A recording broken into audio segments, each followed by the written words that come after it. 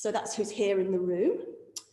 So yeah, just really pleased that Padmavajra's agreed to do the talk tonight. So Padmavajra's got a kind of title, which is President of the Sheffield Buddhist Centre.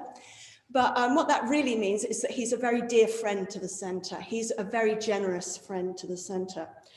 And he's been giving generously for a very long time. Actually, I don't know how many years, but a lot of years that he's just been given his time. And I personally have benefited a great deal from his wise advice and his kindness.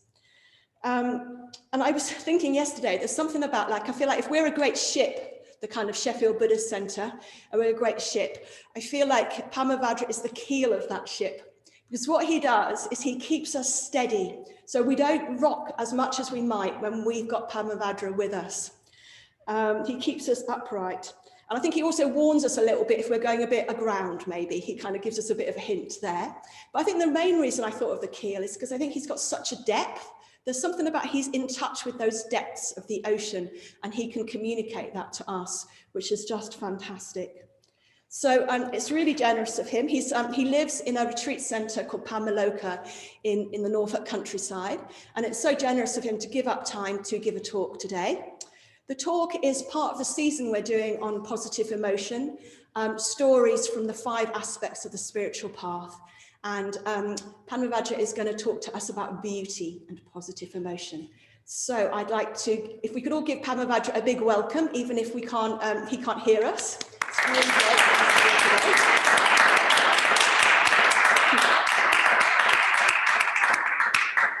And yeah, we'll go over to Norfolk. But not me.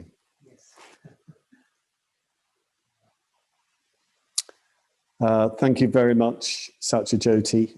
Very, very good to be with you all virtually, is that the right word? Or even actually in a very strange way. All of you involved in the Sheffield Buddhist Centre Sangha Night. It's lovely just sitting here with Prakna who's helping, very much helping, because I haven't got a clue about this tech stuff, but he knows everything. And of course, he's got a very strong association with Sheffield as well. It was your first centre, wasn't it? Sheffield? Yeah. So it's really good to be with you. And it was just lovely seeing people come in, lots of old friends, so uplifting to see you, and lots of people I don't know, which is great, really encouraging. And at the same time, there is that slightly sad feeling because I can't actually go to Sheffield yet, and I've been missing coming. Satyajyoti says how much he feels I give to things, but I gain, I think, far more than I give when I'm being involved with the Sheffield Buddhist Centre. It's a tremendous centre, a wonderful Sangha, and a lovely city. I love Sheffield. I love everything about it. So it's a great pleasure to be with you this evening. I only have half an hour, which is hard for me. I'll do my best. I'll do my very best, because you've got to go off and talk about it. So your theme is stories that illustrate the stages of the path. And my brief is positive emotion and beauty. And I've been thinking all day about that. Well, hang on, what story am I going to tell? And that illustrates both the theme of beauty and positive emotion.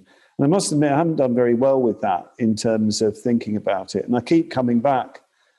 Well, it is to a story, but it's a real story. It's a story from my own life. As soon as I hear the phrase positive emotion, I'm immediately thrown back to an order convention. That's a gathering of order members. In 1978, I'd been ordained for 2 years. I was ordained in 1976. And in 1978, there was this big order convention at a school in Sussex that Bhante led, Sangha led. I was ordained, of course, by Sangha, named by Sangha, initiated by Sangha. He's my teacher, my spiritual friend, still very much alive for me in my consciousness, even though he died a few years ago. But he led this convention, and he led everything.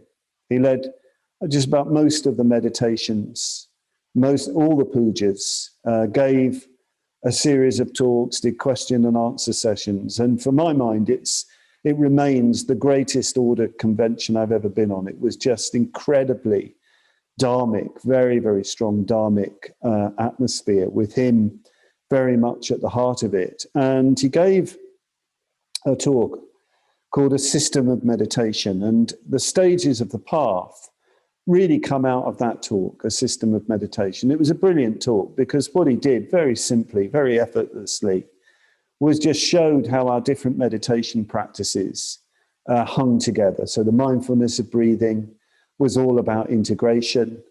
The Metabhavna was all about the development of positive emotion.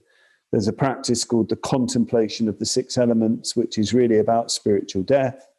And then there's the visualization and mantra recitations that we do in the order, which are about spiritual rebirth. And interleaved with these practice, there's just sitting, which is just what it says, just sitting. It was such an important lecture. But when he got to positive emotion, he was really strong. He was really strong. Well, he was strong on all of the stages, but I remember vividly what he said about positive emotion. He said that positive emotion is the lifeblood of the order. The lifeblood of the order, the lifeblood of the spiritual community. He said without strong positive emotion, love, compassion, sympathetic joy, equanimity, faith, devotion, all these emotions, there is no spiritual life. Very, very strong language. It's almost as if he was saying, well, spiritual life proper really gets going when you've got that, you're generating and you're living in and you're expressing strong positive emotion, particularly to everybody, but particularly, of course, within the Sangha itself, because, you've got more of a chance of developing it there with one another. A spiritual community, a Sangha, should be characterized by strong positive emotion, the lifeblood of the order, the lifeblood of the Sangha. It's what makes us live. And he said, don't be afraid of strong positive emotion. Don't be afraid of even it being quite hot emotion. And this for me was just wonderful to hear because, let's face it, especially perhaps the English, a certain kind of English, not all English by any means, but a certain kind of English person can be quite cool, and any kind of emotion is sort of, slightly sort of frowned on and, as being over the top. I mean, I don't think that's true. It's certainly not true of me, and I'm as English as you can get, really. But, it's also a kind of, it can be a misunderstanding of what a Buddhist is. Sometimes the image of a Buddhist is that they've got to be really full of kind of calm and equanimity. And of course, you do need to have all that. But on the other hand, if you're not careful, you can just become incredibly dull and boring and indifferent. Well, that's not a real Buddhist. A real Buddhist is someone characterized by strong, positive emotion, expressed. You tell people you love them. You tell them that you care about them. You rejoice in their qualities. You become generous. I heard that somebody rejoicing in a Mitra morning you had. Was it a Mitra morning you had? And it was all about generosity and how uplifting it was. And that's just talking, presumably, about generosity. I'm sure you're doing it as well. Well, there you go. I mean, that just shows you what positive emotion can do. And the thing was, the important point about this was that Bhante, Sangharakshita, was embodying positive emotion when he was talking about it. It wasn't theory. He was alive with it. He was animated with it. In fact, that whole convention, he was alive with everything he was communicating. The Dharma was living, and it sparked us off very, very strongly. I was looking the other day, I was giving preparing some for a talk at a weekend, last weekend, and I noticed that frequently in the Pali Canon, it's said of the Buddha's communication, so many times, the communication he has, whether it's in a formal discourse or he's just meeting somebody by chance, whether it's a kind of full-time wanderer, a monk or a nun or a king or a queen or a housewife or a businessman, a farmer, it doesn't matter who it is. If the communication goes well and they're sufficiently eager and receptive, the text says they were roused, incited, fired, and gladdened by the Buddha's communication. Roused, incited, fired, and gladdened by the Buddha's communication. It's not just the words that the Buddha is using, it's his whole being affecting them. And very often, when they had that communication, it really changed their life. They go for refuge, they commit themselves to the Buddhist path. An energy is sort of generated. They entered the stream of transformative energy, which is what the Dharma is. That's what the Buddha was like. That's the effect that he had on people. And that was the effect that Bhante was having on me, that Sangharakshita was having on me. It wasn't the only time he had that effect, but I remember it vividly on that order convention, throughout it, this tremendous energy. And I think this is an important point if we talk about positive emotion. Yes, we need to generate it. We need to generate it particularly through the practice of the metta bhavana, the practice of puja. Those particular practices are really, really important for the development of positive emotion. But we also we often need some sort of external stimulus, someone, if possible, to rouse us and gladden us and inspire us. So this, if we're serious about developing positive emotion, we need to, and I know it's difficult at the moment because of lockdown, but we need to find our way, make our way in some way or another to a source of a community, to people who can really spark us off, who can really rouse us and keep us aroused. That's so, so important, when we're, in practicing the Dharma. It really brings out the importance of spiritual friendship. I mean, the main duty, it said, of a spiritual friend, if you want to be a really good spiritual friend, a spiritual friend is someone who safeguards and protects the sources of inspiration. The sources of inspiration. They're in touch with the sources of inspiration. They inspire inspiration in you. Okay, so we need that. We really need that. We really need to find our way to that. And it was very heartening hearing Satyajoti talk about Sangha Night going online and how successful that's been. Because I know Sangha Night, having attended so many, really does rouse people. I feel roused by Sangha Night in Sheffield and, just by the whole atmosphere there. And it's great that that's happening now online, but I'm really glad that in a couple of weeks, you're going to be coming back together again. But we can't, all the time be at Sangha Night. We can't all the time be on Zoom. We've got to be also self-generating with the development of positive emotion. We've got to sort of do that without always that external stimulus. Of course, we can bring to mind spiritual friends. We can even bring to mind the Buddha himself. We can imagine the Buddha as that source of positive emotion to stimulate us. And of course, the Buddha himself was very, very beautiful for people. Very, very beautiful, spiritually, very, very beautiful. There are many stories of people just being attracted to the Buddha because of the way he moved, the way he looked, just the way he was. I mean, there's one of my favorite stories, not a very well-known disciple of the Buddha, is called Vakali. And Vakali was a young man in Shravasti, I think, or Benares, I forget which Shravasti. And he saw the Buddha one day and he just fell in love with him. I mean, really got completely head over heels in love. He thought, this man is so beautiful. So I just want to be around him all the time. So the only way I can do that is by becoming a monk.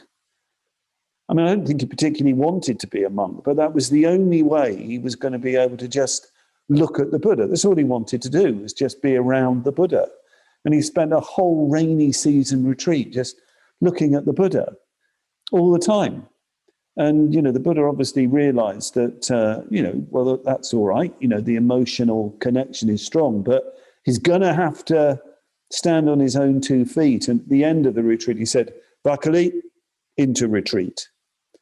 No discussion. He had to go off into a retreat. And there's a whole story about him having visions of the Buddha. And even the Buddha in vision, he said, don't look at me, practice the Dharma. But of course, he's got the emotional connection, but he's got to, be self-sustaining, which he did become very movingly. But there are other stories like that. People so attracted by the Buddha, because you also have to understand that the Buddha himself had a deep feeling for beauty. This isn't always drawn out. You have to pay attention when you read the Pali texts. Very often these aren't the stories of the Buddha's response to beauty are sort of tucked away. They almost seem to be not part of the official discourse, as it were, that's recorded. And you see it, one area, there's the 3 areas I want to talk about the Buddha's response to beauty, which can help us generate positive emotion. 2 of these stories occur very shortly before his parinirvana. He's in Vaishali. He's gone to Vaishali, to the land of the Lichavis, a tribe in northern India, and he loved Vaishali. He loved Vaishali, and we find him saying to Ananda, he's just sitting with Ananda, and he just is talking about the different sort of nature shrines that were in Vaishali, in that whole area. Apparently Vaishali was famous for its nature shrines, sacred groves, sacred to sort of tree spirits, to yakshas and things like that. And you find the Buddha just saying, and of course he's very old, he's 80, and he's probably quite frail, but still strong, spiritually strong, still very beautiful. And he's saying to Ananda, he said, delightful are the shrines of Vaishali. Delightful is the shrine of the 7 suns. Delightful is the shrine of the 7 mangoes. He listed off the different names of these shrines. He used to just like sitting in these sacred spaces, sacred to the people of Vaishali. They would have been very quiet, very peaceful. They'd have a particular kind of aspect, probably a mound, trees, probably a sacred circle of stones. And he'd sit there and sit in that atmosphere. And it's clear that he relished them. Saying they're delightful is actually quite strong language. He relished them, relished their peace and beauty. So if that's what the Buddha did, well, that's a way we ourselves can generate positive emotion. I don't know if there are any sacred shrines in Sheffield near to your home, but I'm sure there are places where you like to go and you like to sit and you like to move. I mean, you can get out into the Rivlin, you can get out into the Peak, and I think quite easily. I don't know what it's like with lockdown. Or there are those wonderful cemeteries in Sheffield, I seem to remember as well. Different places you can go. Maybe your garden, or just looking out at your garden. It's so important to be in nature and to feel that you're a part of nature.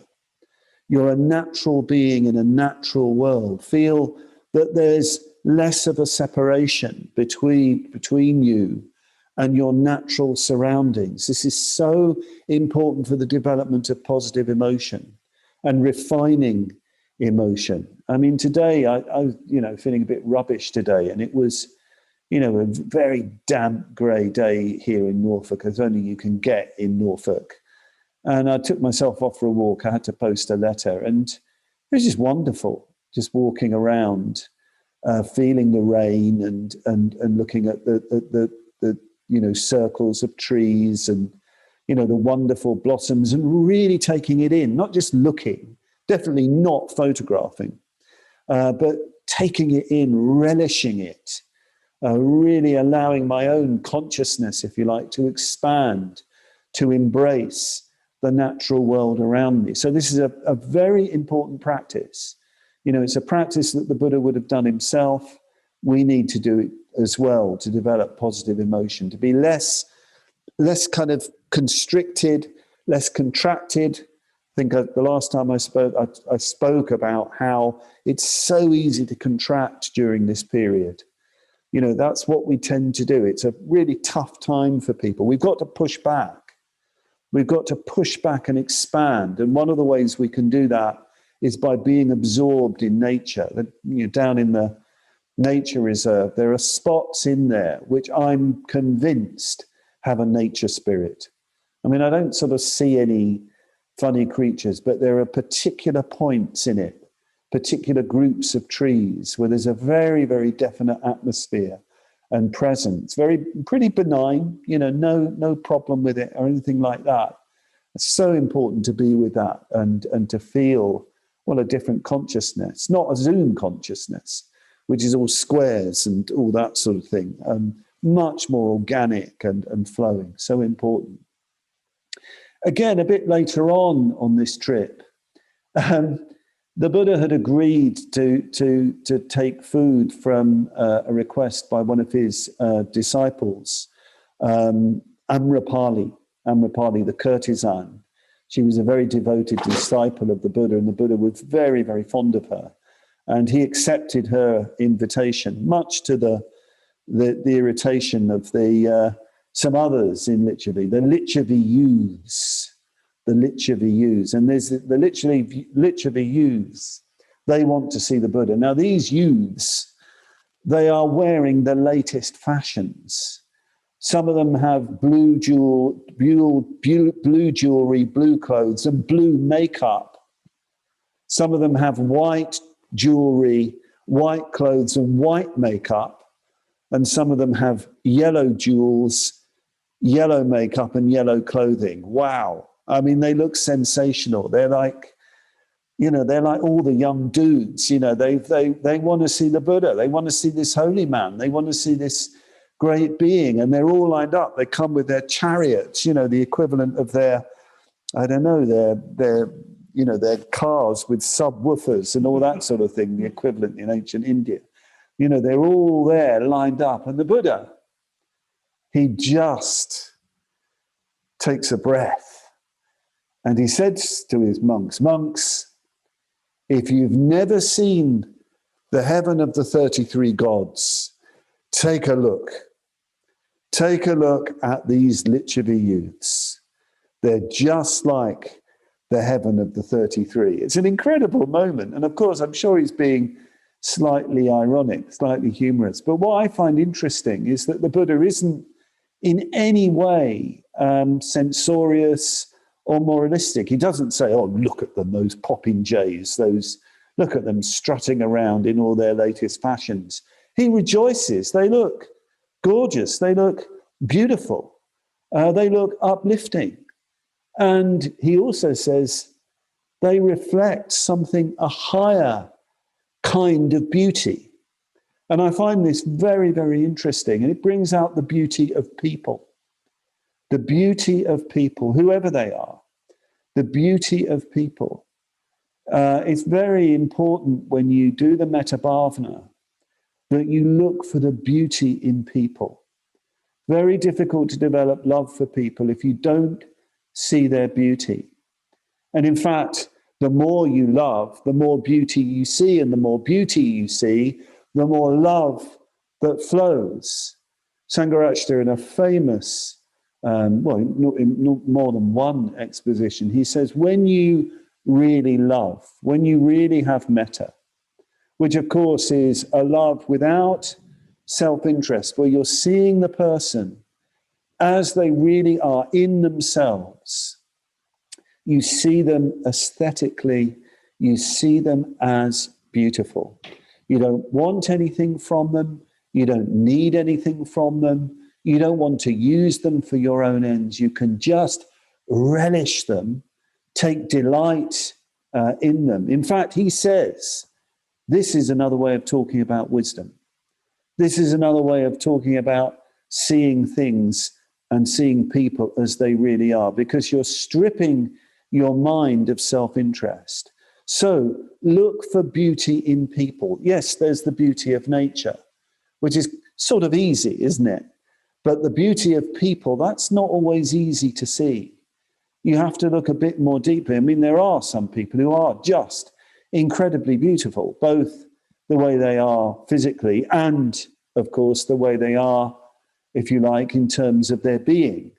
But sometimes people can be, their being is very beautiful, even though physically maybe some of us don't look too great. But metta changes everything. Metta helps you to see the beauty in others. And it's so, so important to have that. And of course, within the Sangha itself, we have that opportunity to see the beauty in one another. And when you're seeing the beauty in one another, when you're delighting in one another, something else comes into play. Something else comes into play, or kind of another kind of being comes into play. Sangha has said this is what the Dakini is. This is an image from Tantric Buddhism. The Dakini is a sort of beautiful feminine figure, beautifully colored, very refined, very, very much the image of inspiration. But he says the Dakini really is the way we communicate within the Sangha, that mutual delight and inspiration that can arise between us. And we really need that if we're going to develop this strong positive emotion, this lifeblood, as Sangha calls it. And then the final response to beauty I want to mention in the life of the Buddha. This is a very unusual one. I don't know exactly where this occurs in terms of his life, but it's a very interesting sutta. The Buddha is sitting in meditation, or, of course, he didn't have to try and meditate. He just sat, and it was probably around the time of just before dawn, and this is the Deva hour. This is when the gods would come to see the Buddha and to learn from the Buddha, these beings from a higher state of consciousness, but still mundane. They wanted to learn from the enlightened one, very mysterious sometimes being around the Buddha. And on this occasion, there was a Gandharva with his celestial veena, the veena being you still have the veena, it's a South Indian stringed instrument. It's sort of a bit like the sitar, but a bit different. And he was playing his veena and singing. Gandharvas are celestial musicians. And he was singing a song of incredible longing to a beautiful Apsara maiden, a real longing. And he was using the analogy, I long for you, as the disciple longs for enlightenment. I long for you as the Bodhisattva longed for Buddhahood. So he's singing this song. And the Buddha says, friend Gandharva, your words and your playing harmonize beautifully. Where did you learn that song? And there's a whole story about where he learnt that song and who the beautiful maiden was. And of course, it all results in people opening the Dharma eye and gaining enlightenment and everybody living happily ever after. But what's very, very striking is the Buddha's response here to poetry and music, to song. Very unusual because, sometimes you get the sense that the Buddha was a sort of Puritan who would never enjoy such things. But here, he really enjoys this music and singing. It really uplifts him, and even more. It brings up the whole area of art and the importance of art, the beauty of art for the generation of positive emotion. Of course, it must be the active appreciation of art. there is also the making of art, of course, which can also generate so much positive emotion. I mean, years ago, Sangha talked about, I was looking at a talk he gave years ago called Reflections on Going Forth. And when he was talking about going forth in speech, he was talking about the importance of choirs and singing, and that every single Tri Ratna Centre should have a choir, and the choir master or the choir mistress should be as important as the Mitra convener and the chairman. So important, because he said you're singing, you're expressing positive emotion with one another, you're harmonizing, and I think, well, there are still a few choirs going, but it did sort of generate quite a few choirs. And of course, you're not thinking about your problems when you're doing that. You're really giving heartfelt expression to beautiful words, beautiful music, but also listening and appreciating beautiful words, beautiful music, and of course, looking at painting and so on. So the arts are really important, but it has to be active, not passive engagement. It's active listening, active taking in, responding, being transported by the poem, being transported by the song, being transported by the music, being immersed in the music.